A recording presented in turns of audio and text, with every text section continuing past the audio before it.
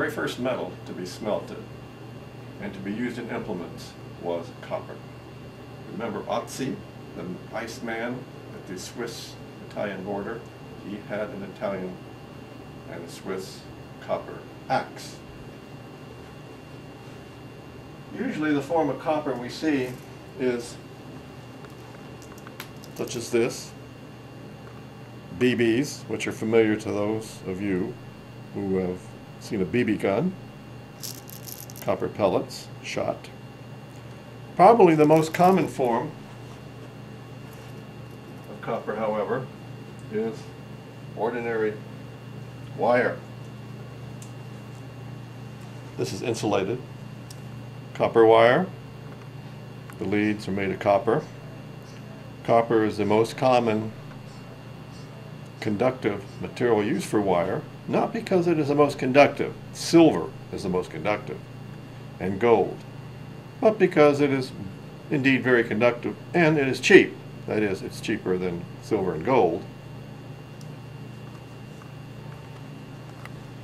Compounds of copper. Well, probably the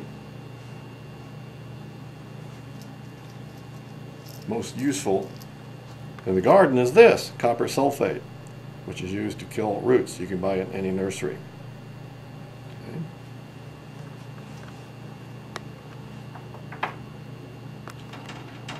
Native copper can be found. This is a sample of native copper, elemental copper. This is from Michigan, probably the most famous site for copper, native copper in the United States, and known throughout the world.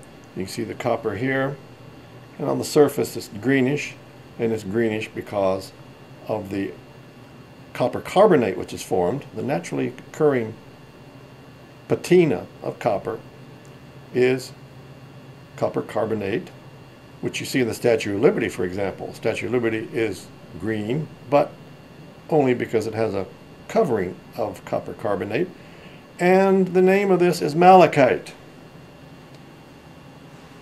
Malachite is used for a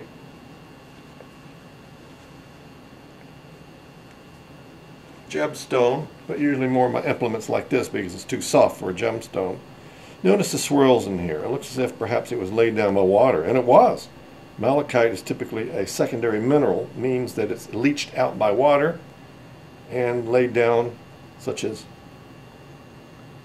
sandstone, looks like here, swirled. This is a beautiful piece from Africa. This is not the only carbonate of copper that can be formed, however. Under slightly different conditions, you can have a slightly different composition. This is azurite, blue color, and the green in the background is malachite again.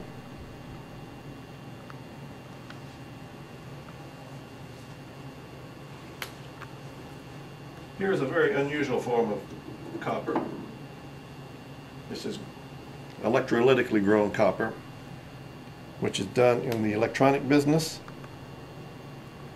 The beautiful dendrites which grow out here are done so in a bath of copper sulfate in which electrolytic reduction is done. This is common in the electronic business, for example, making printed circuit boards.